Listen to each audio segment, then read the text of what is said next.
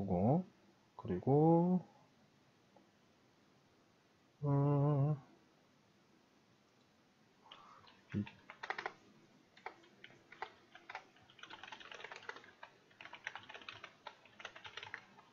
비트,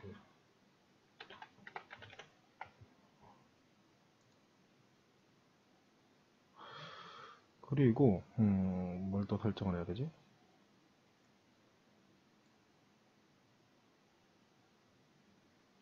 잠시 쉬고 계세요. 저 35분 되면 시작할게요.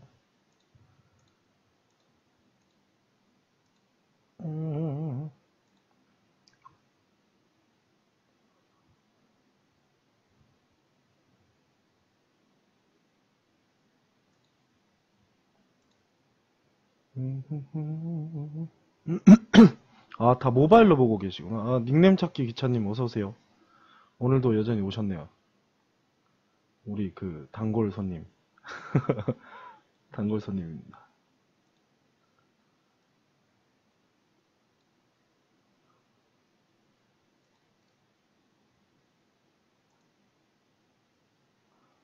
닉네임 찾기 기차님은 자주 오셔가지고 매니저를 드릴 거예요.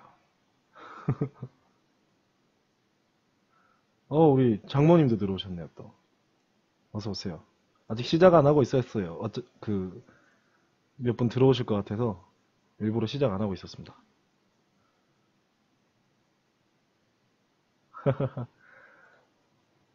모바일로 또 오신 우리 장모님. 또 매니저 드려야죠. 네. 매니저 임명. 아, 이비님도 아세요? 호즈 81님은 같은 톡방 계신 분인가?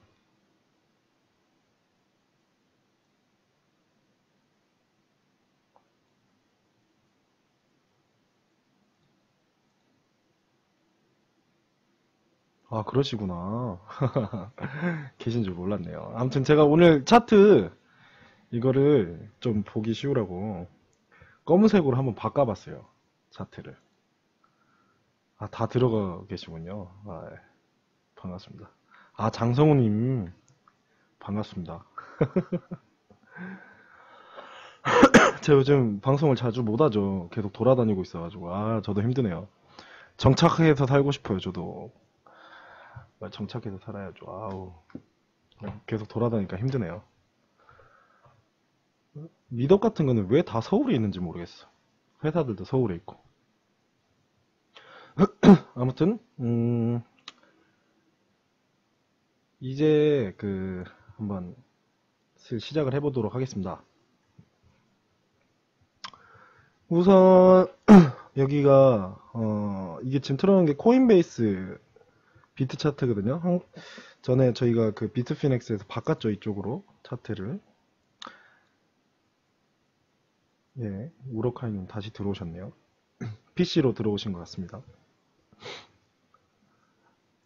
아마 우로카이님께서 주소를 복사하려고 PC로 들어오신 것 같아요. 제 생각에는. 그쵸?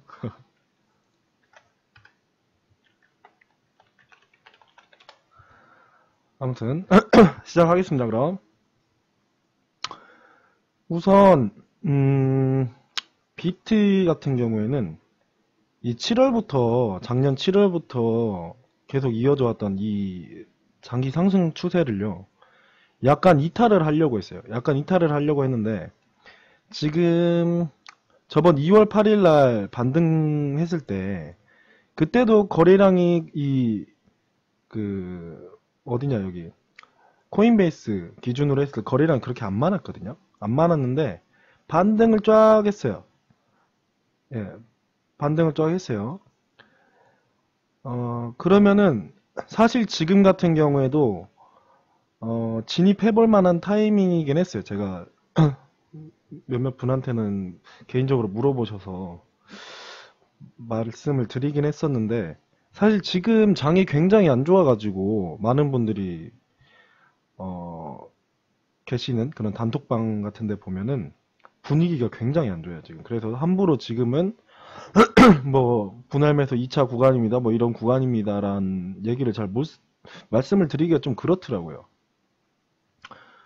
아무튼 지금 위치를 한번 보면은 우선 이 그 뭐지 서양권 차트들을 보면은 이 장기 하락 추세선은 벗어났거든요.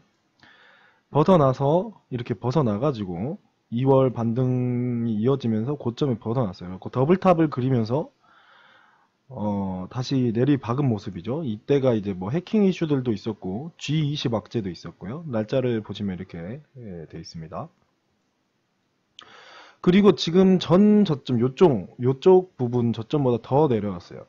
그 이유는 우선 매수 심리가 굉장히 약해진 것도 있겠고 우리나라 같은 경우에는 지금 입금이 많이 안 되고 있잖아요.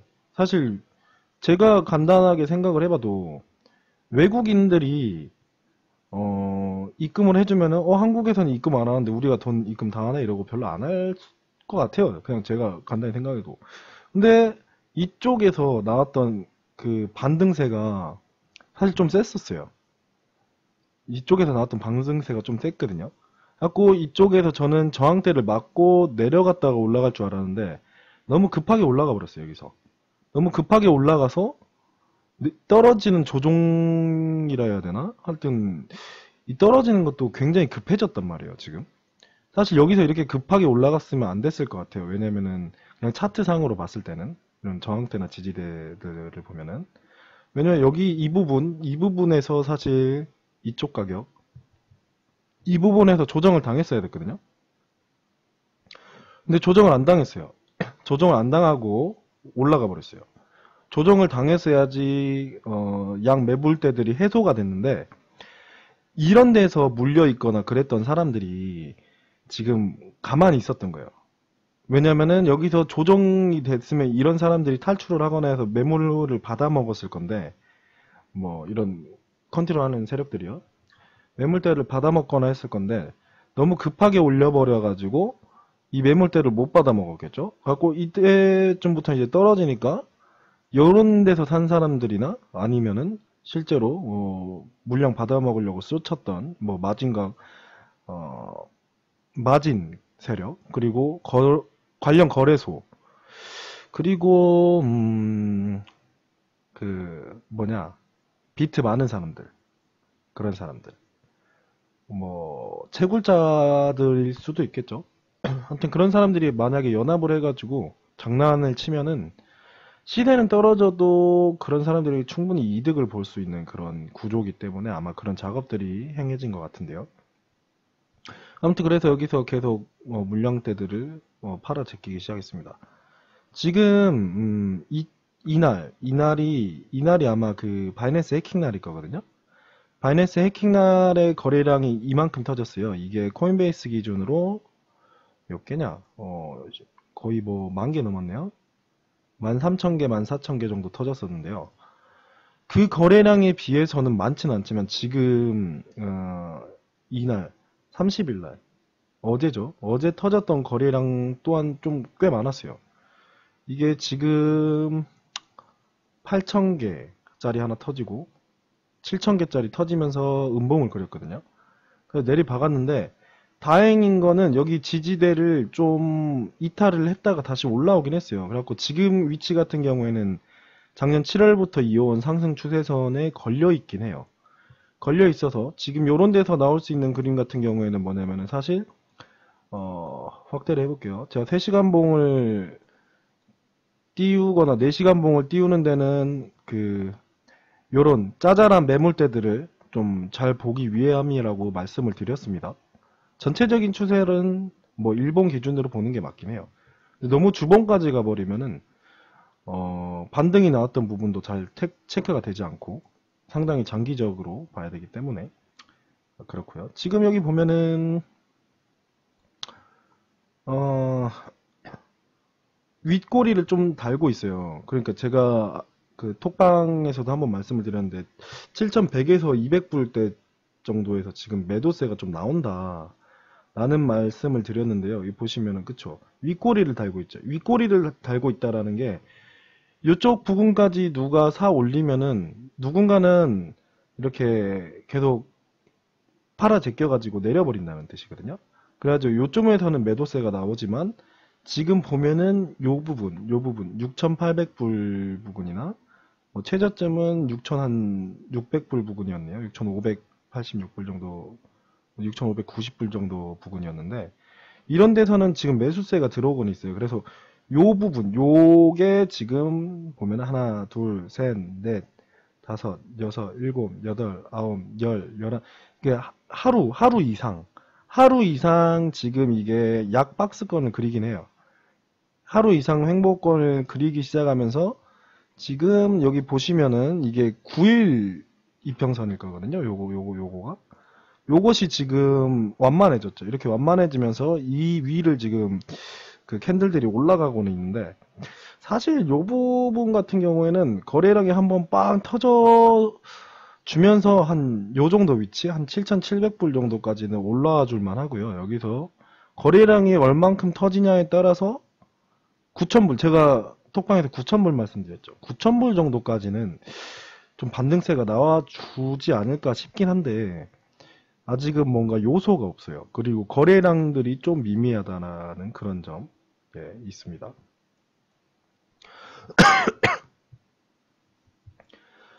그래서 우선은 지금 비트 같은 경우에는요, 이 단기 하락 추세선을 그대로 이쁘게 따라서 내려가지고 있는 놈이고요. 이 단기 하락 추세선을 뚫어주는 경우 같은 경우에는 보통 이렇게 한번 맞았을 때 여기 보세요. 이렇게 맞죠? 맞고 나면 반등세가 이렇게 나오거든요. 보통 단기 하락 추세선을 맞으면은 하부, 요게 하부예요, 하부. 요 줄이 하부예요. 단기 하락 추세선 하부를 맞을 때는 반등세가 빵 나와요. 그래가지고 멀어져요. 거기서 멀어지면서 요런 데 맞으면은 다시 조정을 당하는 편이 많거든요. 근데 저번에도 말씀을 드렸지만 지금 요거는 삼각수렴 패턴은 아니고요. 삼각수렴 패턴이라고 보기에는 약간 애매해요.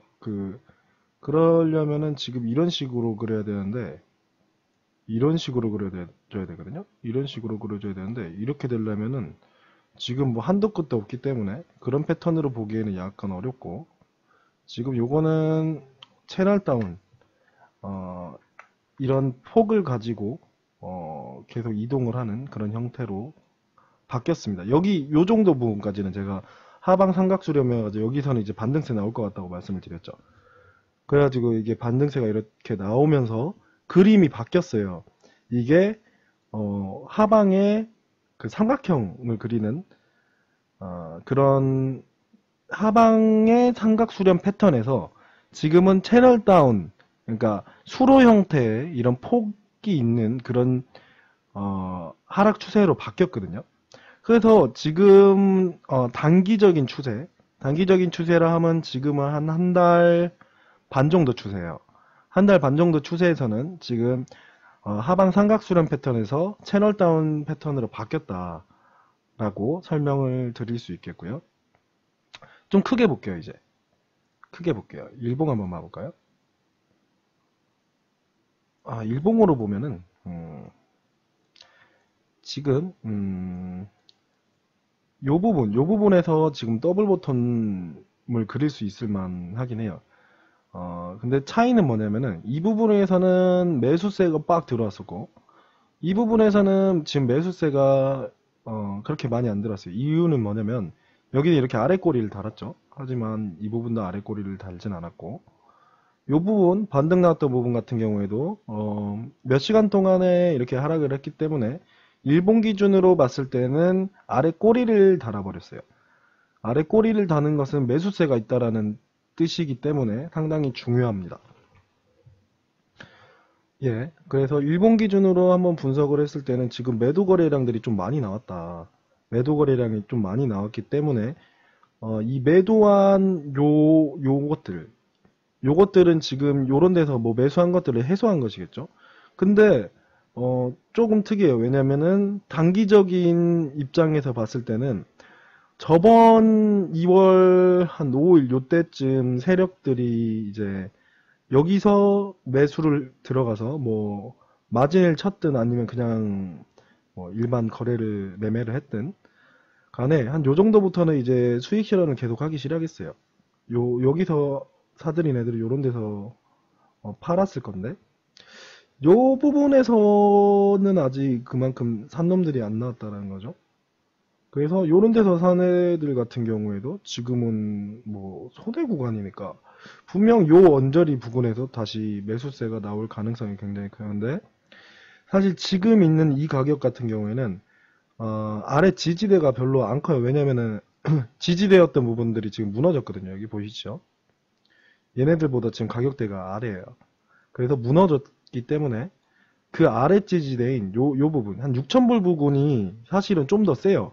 지지대가. 그래서 만약에 더 내리꽂는다면은 한 6,000불 부근쯤에서는 이제 반등세가 제대로 나오지 않을까 싶어요. 왜냐면 지지대가 약하기 때문에 저번 제가 케이스 1으로 이제 진행이 될 것 같다고 하면서 여기서 아까 말씀드렸던 것처럼 조정이 와서 이렇게 갔어야 될 것 같은데 조정을 안 받고 올라가서 저는 좀 더 이렇게 매수세가 붙어줄 줄 알았거든요. 그래가지고 요 채널 다운 패턴을 벗어나 줄 거라고 기대를 했는데 아쉽게도 벗어나진 못하고요. 그래가지고 벗어나 주진 못했고 단기 삼각수렴 패턴 하방 삼각수렴 패턴에서 채널 다운 형태로 바뀐 그런 차트로만 만들어졌습니다.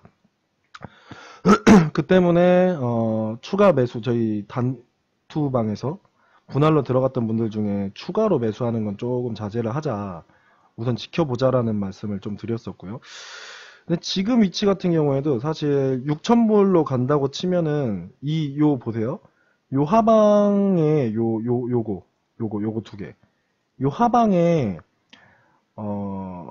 채널 다운 형태의 하단부를 맞거든요. 딱 정확하게 맞게 돼요. 그쵸? 이게 일본 기준이니까 만약에 봉하나가 여기 더 생기면 하루 정도겠죠? 그때 만약에 6,000불까지 꽂는다면은 딱 맞게 되고 이렇게 봤을 때는 더블 보텀을 치게 돼요. 제대로 더블 보텀을 치게 되는데요. 문제는 그렇게 되면은 요 7월부터 왔던 요 추세가 무너져 버린다는 거죠. 요 파란색 요 추세가. 이거 좀 밝게 할게요. 너 근데 별로 안 이쁘다. 파란색으로 해갖고 이렇게 할 수 있나? 별로 안 이쁜데. 이걸로 할까? 이게 더 낫겠죠? 아무튼 저게 무너지게 된단 말이에요. 이게 무너진 거는 별로 좋진 않아요. 왜냐면은 그렇게 되면은 그 다음 추세가 요거거든요. 요거 추세를 보면은 지금 위치에서는 4,000불 이하까지도 보인단 말이죠. 근데 과연 4,000불 이하까지 뺄까? 4,000불 이하까지는 안 뺄 것 같긴 해요. 그래서 그냥 요 추세는 좀 만약에 내리꽂았을 때 요 추세는 무너지더라도 6,000불 부근에서는 좀 나와줘야 된다. 시세가. 그게 아니라면 진짜 요렇게 뭐 4,000불 이하까지도 나와버리게 된다라는 말씀을 드리고 싶은데 그나마 조금 기대를 해볼 수 있는 거는요. 뭐냐면은 이제 새로운 신규 거래소들이 많이 들어오고 있습니다. 입금 같은 경우에는 신규 거래소들 중에 이제 하나 입금이 되는 곳들이 있다고도 들었어요. 그리고 최근에는 이제 은행권들이 조금 뭐랄까 그런 거래소에 대한 입금들을 좀 다시 검토해 보려는 그런 움직임이 있는 것 같기도 하더라고요. 뭐 들려오는 소식에 뭐 그냥 제가 어디서 주워들은 정보에서는 코인원에서 어디였지? 기업은행이었나? 신한은행이었나? 기억이 잘 안 나는데 아무튼 거기 맨날 연락 와가지고 좀 입금 좀 풀어달라고 계속 말을 한답니다. 코인원이 아니구나. 그 업비트에서. 근데 아직은 그게 뭐 안 풀렸다고 하고요. 아무튼 아무튼 비트 그래프 위치는 그렇고요. 여기서 반등세가 팍 나와서 뚫어준다라면은 지금 반등 나올 수 있는 요소인 그 상승 추세선을 맞고 뚫어주는 거고요. 그게 아니라고 한다면은 만약에 내리 박으면은 6,000불 정도에서는 이제 반등세가 나와줘야 돼요. 안 그러면은 진짜 이 전체가 무너지게 될 텐데, 그러면 아까 말씀드렸던 요 추세를 따를 거고요. 근데 그렇게까지 낮출까 싶어요. 왜냐면은 물론 채굴업자들이 자기들도 마진 세력들과 이렇게 뭐 짜고 친다라면은 마진업자들과 짜고 쳐가지고 현금을 좀 더 확보할 수야 있겠지만, 그래도 마이너스까지 나면서 그 단기적으로 손해를 보면서 그렇게까지 싸움을 할지는 모르겠어요. 아무튼 채굴업자들은 돈은 상당히 많죠. 그쵸? 특히 비트메인 우지영 같은 경우에는 채굴기 파는 그 수입 자체도 장난이 아니니까요. 아무튼 여기까지 하고요. 그래프는 우선 여기까지 할게요. 지금 위치는 좀 애매해요. 한번 뚫고 내려가긴 했었는데, 이렇게 뚫고 내려가긴 했었는데 다시 올라왔고요. 그래서 사실은 내가 만약에 발목부터 좀 들어가겠다 싶으면은 나쁜 가격은 아니죠. 이 가격이. 네. 나쁜 가격은 아니지만 확실한 시그널을 원하시는 분들 같은 경우에는 이렇게 거래량이 빵 터졌을 때 그 시점을 좀 보는 것도 좋고요. 다른 비트 그래프 한번 봐볼게요. 요거는 이제 일본 거.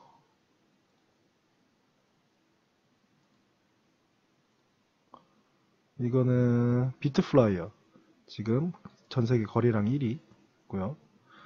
여기 보면은 매도 거래량이 그렇게 많이 안 나왔었어요. 그리고 여기서 봤을 때 저번에도 한번 언급을 해드렸는데, 지금 일본, 그러니까 세계 거래량 1위인 일본 같은 경우에는 제가 하락 추세선을 벗어나지 못했습니다. 장기 하락 추세선을 벗어나지 못했고요. 예, 벗어나지 못했고, 일본 같은 경우에는 지금 비트코인이나 이런 가상화폐 쪽에 상당히 좀 우호적인 나라잖아요. 물론 뭐 거래소 해킹이나 이런 문제들이 좀 있어가지고 몇몇 거래소들이 지금 뭐 문을 닫았다라는 부분들은 저희들이 많이 접했으니까 많은 분들이 아실 거지만, 일본 이 나라가 굉장히 중요한 게 뭐냐면요, 굉장히 여러 번 화폐 제도를 실패했던 나라예요. 뭐 막부 시대에도 그랬고, 그래도 여러 화폐를 도입했던 그런 나라들인데, 일본, 그리고 미국, 그리고 뭐 우리나라도 마찬가지고요. 각국 중앙은행에서 관리하는 화폐들 같은 경우에는 발행량을 요런 은행이 경제 상황에 따라서 조절을 한단 말이에요.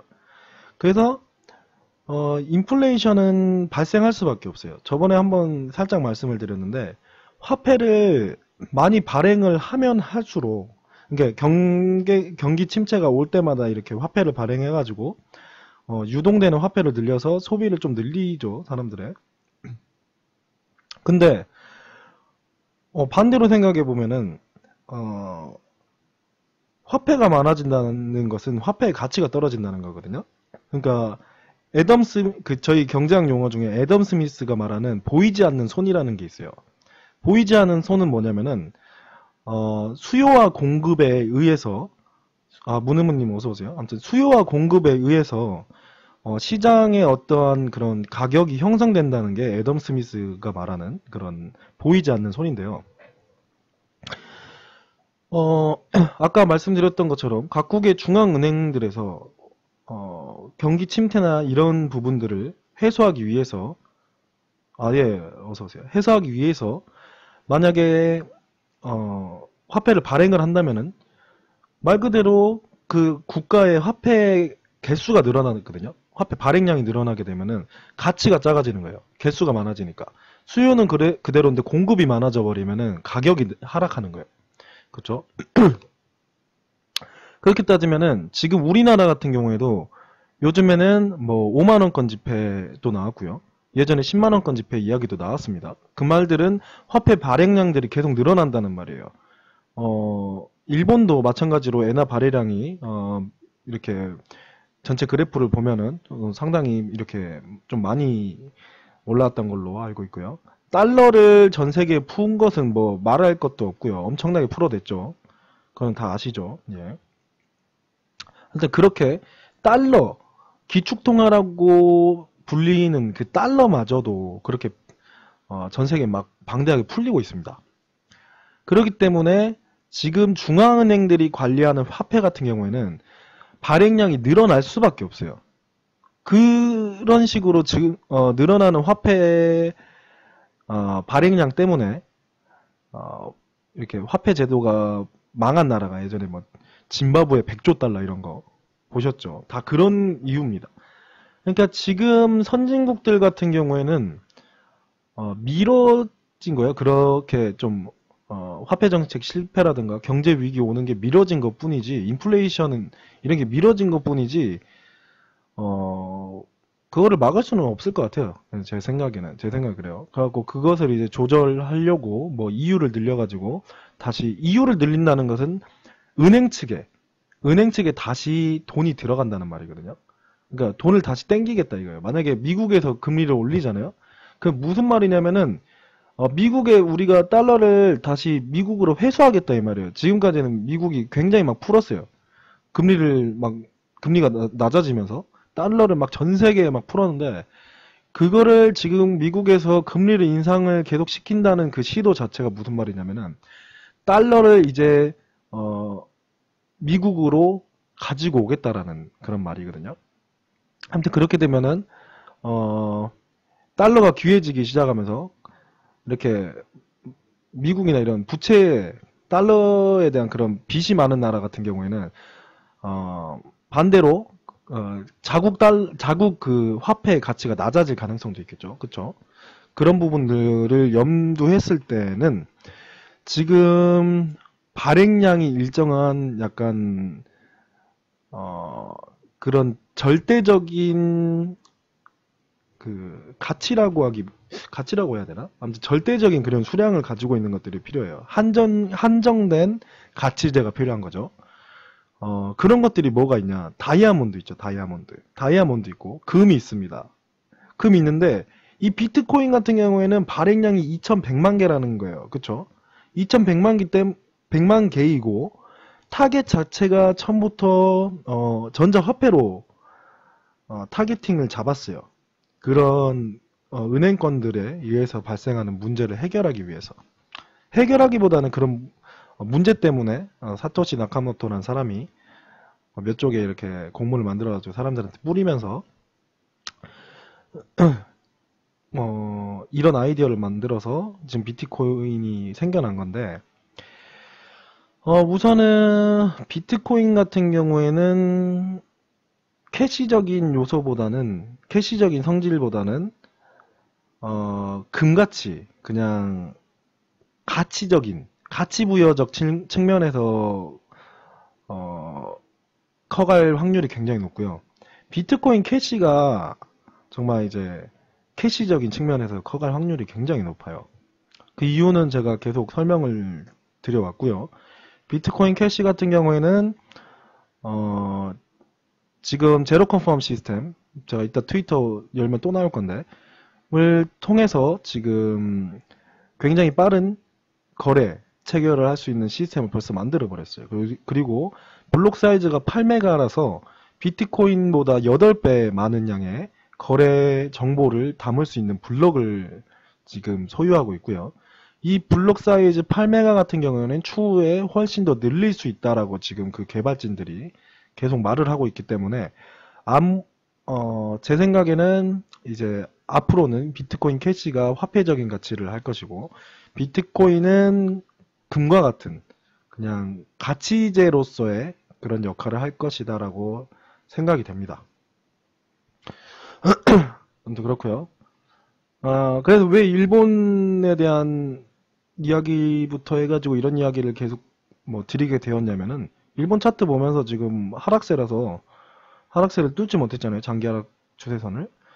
요거 때문에 많은 분들이 걱정을 하실 것 같아서도 말씀을 드렸지만 일본은요 돈이 굉장히 많은 나라예요. 돈이 굉장히 많은 나라고 장기적으로 가는 나라고 그리고 굉장히 빠른 나라예요. 특히 돈 냄새를 잘 맡기 때문에 비트코인에 일본이 먼저 이렇게 진입을 했다, 진출을 했다. 그리고 상당히 많은 양의 거래량을 제 일본에서 어, 나타내주고 있고, 또 일본이 있기에 아마 비트코인은 망하지 않을 것이다라고 저는 추측을 해봅니다. 그리고요, 그냥 일본 차트 보니까 지금 그냥 간단한 삼각 수렴대가 하나 보여서 그러는데요. 이것도 지금 상승 추세선이었거든요. 요거 파란 거. 파란 게 상승 추세선인데, 요것과 지금 이 일본 차트상의 하락 추세선이 만나는 삼각 수렴 시기가 4월 15일 정도네요. 4월 15일 정도인데, 보통 요즘에는 삼각 수렴 전에 방향 전환을 한다고 말씀을 드렸잖아요. 여기서 더 뚫고 내려가기, 요렇게 많이 뚫고 내려가진 않을 것 같고요. 그냥 제 생각에는 4월 둘째 주 정도 부근부터는 일본 쪽 차트가 이렇게 상방으로 트렌드 전환을 해가지고 이제 상승량을 좀 만들어줄 것 같아요. 그때부터는 4월 달부터는 우리나라에서도 거래소들이 좀 나오고 5월 달에도 거래소가 나오는 걸로 알고 있고요. 7월에도 나오는 걸로 알고 있고요. 그리고 지금 뭐 큰 기업들, 요즘 기업들이 IPO가 아니라 ICO, 그러니까 기업 공개적인 그런 주식에서 소위 말했던 기업 공개에서 ICO 쪽으로 많이 돌리고 있다라는 그런 소식들이 있습니다. 그래서 자금 조달 부분에 있어서 ICO 쪽은 아마 앞으로 그런 기업들이 선호하는 방식이 되지 않을까 싶어요. 예, 그렇게 될 것 같고요. 예, 아무튼 일본 것까지 한번 살펴봤습니다. 지금 일본에서는 매도 거래량이 그렇게 이쪽에서는 많이 나왔었는데 일본에서는 이쪽에서는 많이 나왔었는데 그래도 뭐 일반적인 수준이었던 것 같아요. 요런 막 뭐 13,000개 뭐 요런 거에 비하면은 일반적인 수준이었던 것 같고요. 일본 기준으로 봤을 때는 지금 삼각 수렴을 하고 있는 것 같다 라고 말씀을 드리고 싶습니다. 지금 보면은 다른 애들도 가격대를 요즘 보셔서 알겠지만 이런 식으로 지금 요 부분에서 요렇게 박스권이라고 말씀을 드릴 수도 있거든요. 요렇게 지금 박스권, 큰 추세의 박스권이라고도 할 수 있어요. 박스권을 그리는 이유는 몇 가지가 있는데 추세 전환을 할 때 보통 박스권을 그리거든요. 매물대 해소, 첫 번째는 매물대 해소, 두 번째는 예. 매물대 해소가 뭐 제일 크긴 하죠. 하락 추세에서 박스권 갑자기 그리는 거는 횡보하거나 아니면 거래량 터지거나. 상승 전환을 하기 위한 요소가 몇 가지가 있는데 많은 거래량을 동반한 장대 양봉들 나오거나 두 번째로는 횡보를 쫙 해주는 거예요. 횡보를 쫙 해주면서 나오는 거나 아니면 약박스권을 계속 그려주는 것들이 있습니다. 어떤 부분들 같은 경우에는 역대 버블 차트를 이야기하시면서 이렇게 시세 분출 전 저점까지 찍고 더블탑 2개 그리고 다시 이쪽 부분까지 떨어뜨려 주면서 뭐 한번 좀 더 떨어지거나 하면서 이렇게 서서히 올라가는 그런 차트들을 말씀하시면서 이제 역대 버블 차트를 같이 분석하시는 분들도 계시더라고요. 계시던데 저는 그래도 4월, 5월, 6월에는 분명 좀 시세가 나와줄 것 같아요. 왜냐면은 G22 7월이잖아요. 그래갖고 전에 저희 그 톡방에서 한번 말씀드렸는데 4월, 6월 달 중에 이제 시세 나오면은 같이 한번 텁시다라는 말씀을 드렸어요. 왜냐면 분명 그때 그 G20 전 세계 규제를 이제 논의해가지고 정리하는 그 시간을 엄청 악재적인 요소를 또 사용을 하면서 마진 때리면서 이렇게 또 이득을 취하려고 하겠죠. 그쵸? 그래서 그런 것들 이용해서 저희도 한번 털고 저가에 다시 코인을 매수할 수 있는 그런 기회 한번 노려보도록 하겠습니다. 뭐 코인 하루 이틀 하려고 들어오신 건 아니죠. 그쵸? 제 방송 보시는 분들도 뭐 하루 이틀 하려고 방송 보시는 분들은 아닐 거고요. 아직은 블루오션입니다. 예, 그럴 수밖에 없어요. 2020년 정도까지는. 아무튼 예, 그렇고요. 비트 차트 여기까지 보았어요. 뭐 지금 다른 코인들 차트 보는 거는 별 의미가 없으니까. 예, 그쵸. 그렇게들 생각하시죠. 아무튼 퀀텀 같은 경우에도 이렇게 여기서 이제 반등세가 나와주기를 기대를 했었는데 비트가 같이 끌고 내려갔기 때문에 지우겠습니다. 지울 거고요. 지금 이게 사실 이렇게 양봉 그려주고 삼각형 만드는 게 깃발식 상승 패턴이긴 하거든요. 보세요. 지금 퀀텀 거래량들이 엄청나게 터져서 이렇게 막 엄청 터져요. 엄청 터지는데 지금 같은 경우에는 어느 정도 횡보를 그려줘야 사실은 좀 더 확실한 그런 매집 시그널인데 요런 것들 요렇게 거래량 터지는 것들을 봐주면은 좀 긍정적인 요소로 보이긴 합니다. 근데 아쉽네요. 여기서 좀 뚫어줬어야 되는데 요 패턴을 요 하락 패턴을 뚫어줬어야 되는데 전혀 뚫지 못하고 바로 올라갔습니다. 요 정도에서 지지되면서 올라가면 또 뚫어주겠죠. 한번 기대해보죠. 지금 차트는 비트 위주로 보는 게 맞기 때문에 저는 비트코인을 하나도 가지고 있지 않지만 비트코인 차트를 봅니다. 젠장. 짱나죠. 그쵸? 빨리 좀 탈비트를 했으면 좋겠는데 탈비트를 안 하니까 아무튼 좀 짱납니다. 저는 짜증이 나요.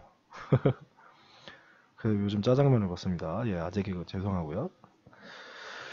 시총 한번 봐볼까요? 시총 차트도 지금 좀 꽤 많이 조정을 받았죠. 이렇게 예, 시총 차트도 지금 서서히 좀 빠졌는데 이제 좀 조금 지지는 돼 보이긴 하는데 좀 많이 빠졌네요. 시총 차트도 시총 차트가 많이 빠졌습니다.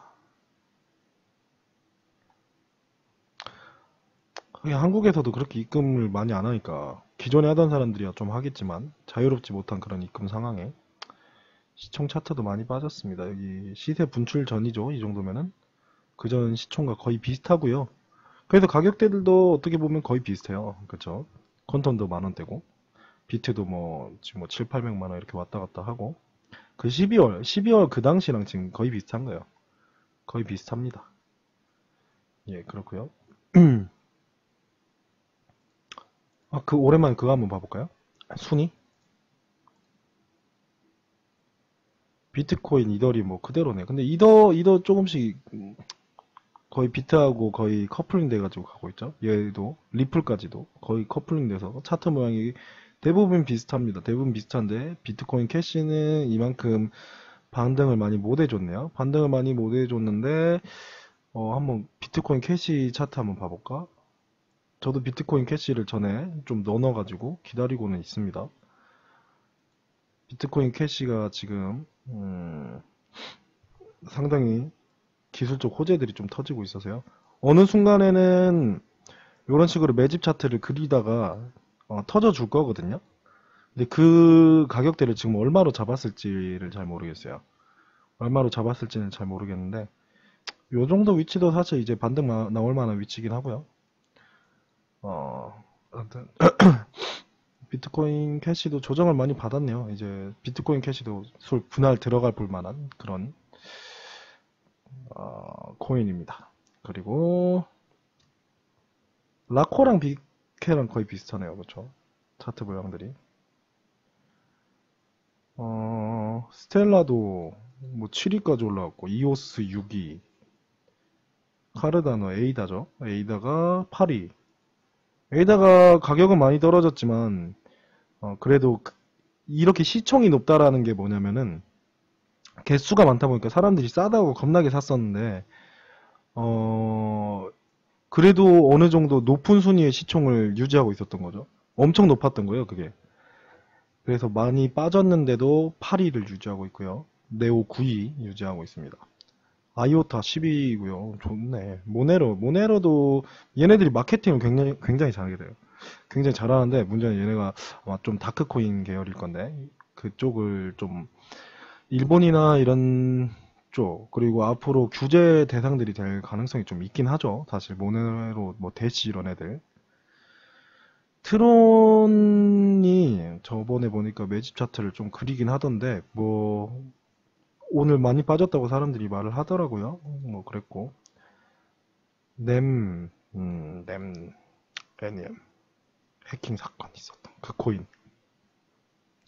아무튼 퀀텀 18위에서 17위까지 올라왔네요. 뭔 일이 돼? 이게 다른 것들이 빠지는데 이게 안 빠져가지고 이렇게 됐나 보네. 근데 시청이 별 차이 없네, 비체인이랑. 그쵸? 이 비체인도 뭐 중국에서 뭐 무슨 프로젝트 좀 있다고 들었는데.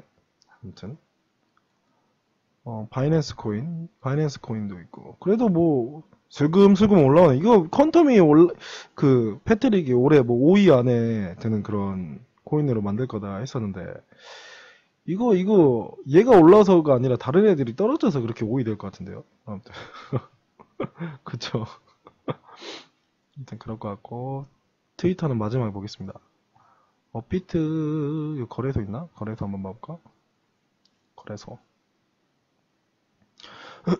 업비트 기준으로는 한번 요거 가격들 보는 것도 꽤 재밌잖아요. 그쵸? 이렇게 해가지고 스텔라 루멘이 좀 많이 치고 올라왔네요. 뭐 있나? 그래프 한번 봐볼까요? 오, 뭐 이쁘게 올라가네요. 겁나 이쁘게 올라가네요. 쫙쫙쫙쫙. 그쵸? 근데 이게 30분 봉이니까 한 3시간 봉, 4시간 봉 한번 보겠습니다. 그러네요. 뭐 아무튼 많이 올랐네요. 거래량도 좀 있고 스텔라 루멘. 대시가 와 이게 200만원 같은 게 이렇게 많이 빠졌네. 그리고 에이다도 가격이 좀 안 좋고요.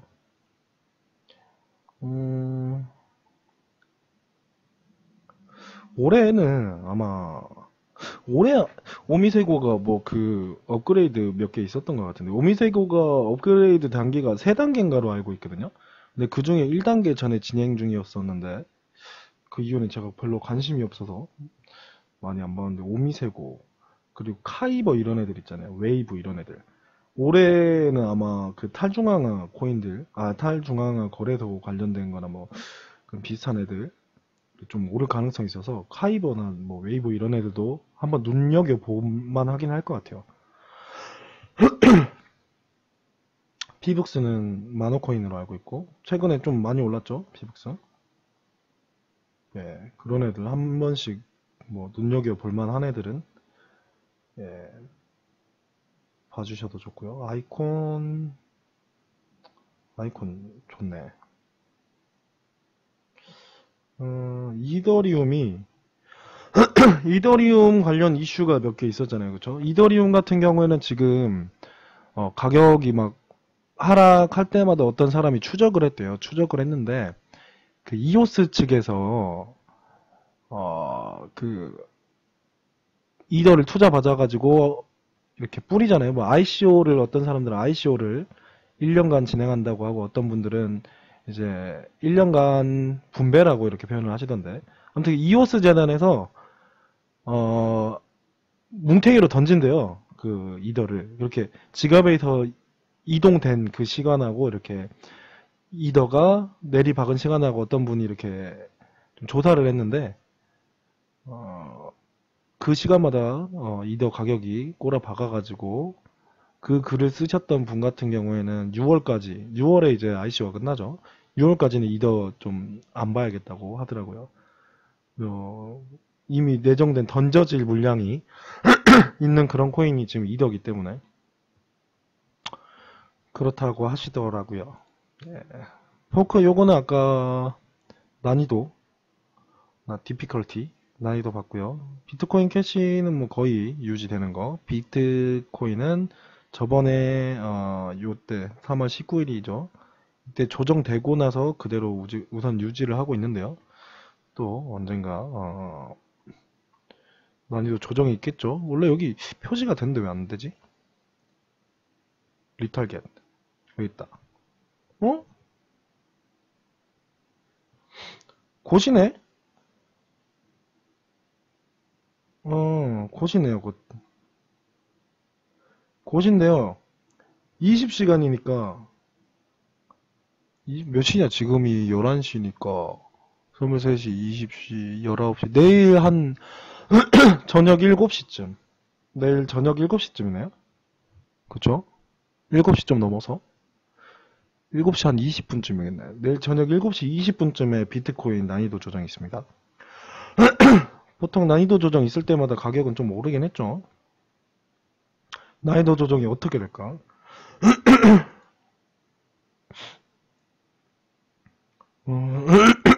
저 목이 요즘 엄청 안 좋아가지고. 0.48% 보고 오른다는 말이겠죠? 지금 보면은 해시레이트가 근데 좀 줄어들었는데, 많이 줄어들었네. 해시레이트가 많이 줄어들었어요. 지금, 이게 아마 지금 가격들이 많이 떨어져가지고, 실제로 뭐 개인 영세채굴자나 이런 사람들이 좀 뺄 수가 있어요. 왜냐면은 보세요. 20, 26 막 이러거든요. 26, 뭐 30점, 31 정도죠. 근데 지금 어느 정도까지 21까지 떨어졌어요. 3분의 1 토막 났어요. 지금 해시레이트가. 해시레이트가 3분의 1 토막이 나서 요거는 잠깐만요. 이게 근데 3분의 1 토막이긴 하지만 그렇게 제가 이거 아래 걸 잘못 봤네요. 그렇게 데이트 상관이 너무 많지 않아서요. 그렇게 크게 신경을 안 써주셔도 될 것 같고요. 어, 요거였나? 여기 보면은 해시레이트 그게 잘 나오거든요. 좀 길게 볼 수 있어요. 차트.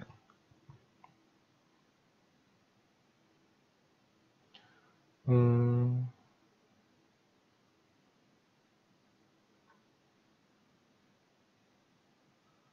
이건 아니고. 음, 어딨더라? 통화 통계고.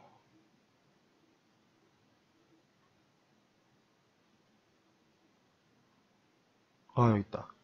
해시 비율. 해시 비율이요. 보세요. 지금 계속 높아지고 있거든요. 우상향하고 있어요. 이게 웃긴 게, 보세요. 가격은 지금 굉장히 떨어졌는데, 지금 해시레이트는 굉장히 올라가고 있거든요. 이거는 지금 물량 확보를 하겠다라는 말이잖아요. 물량 확보를, 얘네들이. 물량 확보를 하겠다라는 말이니까, 아, 누구든 손해보고 장사는 안 하죠. 그쵸? 그래서 채굴 세력들이 조만간 움직일 확률이 굉장히 크고요. 아까 봤듯이, 언제냐. 내일, 리타겟 어디 갔어? 리타겟. 보면은, 내일 한 20시간 뒤니까, 내일 한 19시, 한 25분 정도죠? 19시 25분 정도면은, 내일 저녁 7시 25분쯤에 한번 가격이 좀 변화가 있지 않을까 싶어요. 예전에 한번 그때 뛰었었거든요. 그 잘하면 그때 좀 회복을 좀 해주지 않을까. 4월로 돌아섰죠. 4월이기도 하네요, 또 생각해보니까. 4월이기도 하고요. 좀 기대를 해보시죠, 같이. 4월 달에 보니까 뭐 판비치 보고서인가? 거기 보니까 무슨 뭐 미국의 어떤 자치령 그쪽에 지금 부자들 막 모이고 있다고 하잖아요. 걔네들이 좀 펌핑을 해줬으면 좋겠습니다. 금리가 올라가니까 미국에 달러가 들어간다는 말은 맞아요. 아까 그 글에서 나왔던 어떤 분이 막 정신 차리십시오 하면서 요즘 돌아다니는 글이 있대요. 거기서 말하는 그 달러가 미국에 들어간다는 말은 맞고요. 어, 그 달러를 어떻게 해소할지. 저도 가상화폐 쪽을 달러 해소를 할 수 있는 그런 분야라고 생각을 해서 상당 부분에서 동의를 합니다. 그분의 의견에요. 예, 그렇습니다. 음, 그리고, 우선 이거 봤고, 업비트도 한번 봤고, 요거 보시죠, 요거. 트위터. 트윗. 우선 제가 좀 퍼다 나른 것들만 좀 해볼게요. 이거 존 메가피가 뭐 이더리움에 대해서 말을 좀 했었는데요. 아까 눌러보니까 무슨 약간 중앙화 이야기가 좀 나오더라고요. 저도 버스에서 졸면서 봐가지고 졸면서 봤는데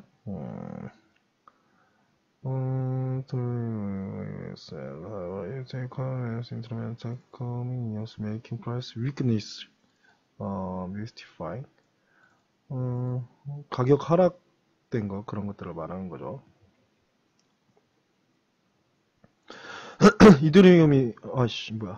이더리움이 다른 코인에 비해 겁나게 버려졌다 이 말인데요. 아까 어떤 분이 추측했던 것처럼 그 이오스 측에서 좀 많이 버리지 않았을까 하는 그런 추측을 해봅니다.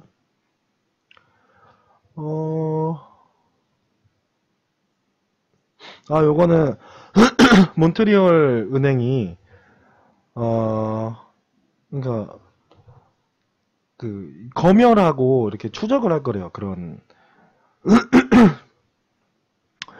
크립토 컴퍼니. 그러니까 잠시만, 제가 목이 안 좋아가지고.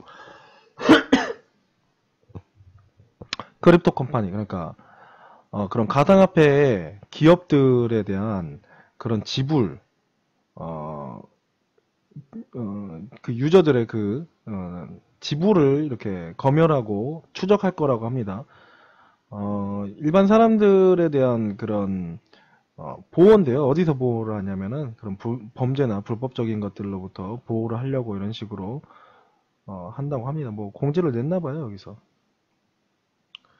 지금 뭐 비트코인 캐시가 에코시스템이 계속 늘어난다는 그런 거고요. 이거 립톤인 것 같은데. 뭐 보통 얘네들이 커피숍이나 이런 지금 리테일 상점들, 그러니까 소매점들 좀 많이 영입하려는 것 같고요. 이게 좀 웃겨요.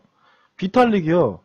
비트코인 캐시 갱 요 티를 들고 사진을 찍었어요. 그래갖고 이게 좀, 어떤 사람이, 이거 좀 흥미롭네 해가지고 올린 거고요. 요 사람은 계속 엔체인이나 이런 데서 같이 비트코인 캐시 쪽, 이게 이렇게 업그레이드 담당하면서 어떤 교수인데요. 이 사람이 이렇게 많은 이야기를 하는데, 이기적인 그런 마이닝 있죠. 그런 것들은 비트코인이나 time to remove this line. 비트코인에 대한 그런 암적인 거라고 지금 말을 하고요. 이러한 거짓말들을 좀 이렇게 좀 없애야 될 시기가 아닌가 하고 있습니다. 요거는 그 뭐지? 중국의 그런 투자자들이요. 위챗의 브로커를 이용한대요. ICO 금지한 것을 이렇게 바이패스가 이렇게 일렬로 갈 수 있는 거는 옆길로 이렇게 세 가지고 가는 그런 거거든요. 그래가지고 우회적으로 하기 위해서 위챗을 지금 뭐 이용한다네요. 근데 좀 특이한 게 그 카톡이나 이런 내용들도 중국에서 쓰면은 그게 다 검열 들어가는 걸로 알고 있거든요. 이 부분은 좀 상당히 특이하네요. 요거는 기존에 계속 제가 짚어드렸던 라이트닝 네트워크 그 문제점에 대한 부분을 어떤 분이 이렇게 썼대요. 뭐 함수도 있고 뭐 하던데 잘 모르겠어요. 이게 뭐 저는 이런 거 잘 모르니까. 아무튼 그 문제점들이 있대요. 근데 라이트닝 네트워크는 지금 계속 라이트닝 네트워크가 공격받는 문제점이요. 중앙화돼 있다. 그리고 해킹당하기 쉽다. 그리고 라이트닝 네트워크에 참여하는 그런 참여자들이 지금 천몇 명 정도 되는 걸로 알고 있는데 유저 수도 좀 작을 것이다 라는 부분. 그리고 분명 마이닝하는 그런 애들은요 라이트닝 네트워크를 싫어할 거예요. 왜냐면은 거래가 이루어져야지 자기들이 마이닝 하면서 트랜잭션 수수료, 그러니까 송금 수수료를 얘네들이 먹을 수 있는데, 그렇기 때문에 얘네들은 블록 사이즈를 키워서 거기에 담기는 거래량이 많아지게 만든 다음에 그 많은 거래량으로 얘네들은 수수료를 따먹어요. 수수료를 따먹는 시스템을 만들어야 되는데 라이트닝 네트워크를 이용하게 되면은 실제 라이트닝 네트워크에서 짜잘한 거래들이 막 이루어지다가 마지막 정산 딱 이럴 때만 실제 비트코인 거래들이 이루어지기 때문에요. 그래서 마이닝 하는 사람들 측면에서는 좀 안 좋아할 수도 있어요. 네, 그런 부분 알고 계시면 좋겠습니다.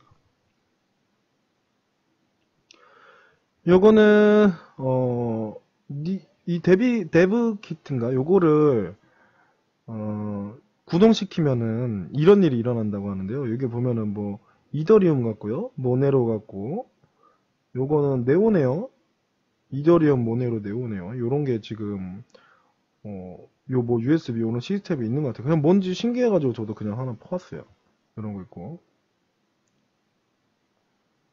어,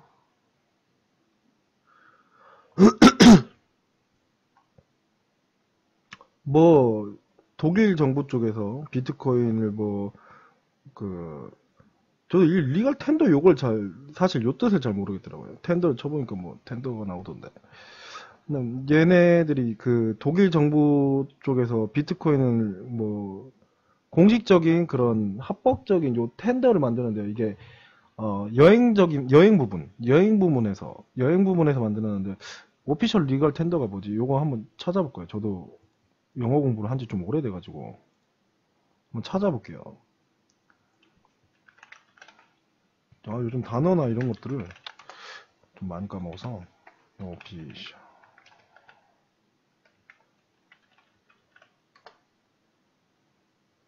오피셜 리걸 텐더 이게 뭘까? 레일이네요. 죄송합니다. 예. 리걸 텐더이 뭘까?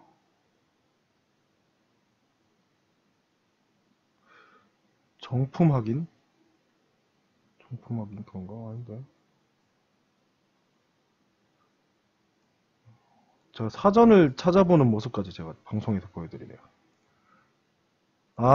법정 통화구나. 죄송합니다. 쪽팔려. 그럴 수 있어요. 그쵸? 이해해주세요. 저는 좀, 어, 스마트한 이미지는 아니라서 이해를 해주시기 바랍니다. 최대한 쉽게 설명을 하는 그런 사람. 되고 싶습니다. 아무튼. 독일 정부 쪽에서요, 비트코인이 그 법정 통화로 인정된다는데요. 어디서냐면은, 요 투어리즘, 그 여행 부분에서 그렇게 하기로 했대요. 이게 어떤 움직임하고 비슷하냐. 이게 지금 일본에서 비트코인 ATM기 막 만들고 있죠. 이게 2020년인가 그때 있는 그 올림픽 대비해서 외국들의 통화들이 일본 내에서 인출될 수 있는 그런 시스템을 만들려고 지금 한 거라고 볼 수도 있어요. 그쵸? 아무튼 그거랑 약간 비슷한 부분인 것 같습니다. 어, 요게 지금 퀀텀 뉴스에서 뭐 나온 건데요. 분산화된 모바일 어플리케이션을 만드는데요. 그게 뭐에 대한 거냐면은 비즈니스 사업에 대한 부분을 또 만든대요. 이게 그러니까 예전에 퀀텀 퍼블릭 그 블록체인이잖아요. 근데 이 퀀텀 측에서 저번에 말한 게 뭐냐면은 기업용으로도 하나 만들 거다 이렇게 말을 했는데 제가 오늘 그 부분은 준비를 안 했는데 요거 보고 그냥 말씀을 드린 거고요. 나중에 그 표 하나 어디 있던데 같이 방송에서 보도록 하겠습니다. 어, 요거는 그 뭐 수천만 가지 말로써 이게 이 그림이 굉장히 의미가 있다 이 말인데 여기 눌러보면은 이게 비트코인하고 라이트코인이 여기서 받아진다 이 말이고요. 뭐 서브웨이도 있네요. 여기 어딘지 모르겠어요. 서브웨이인갑네. 그렇고요.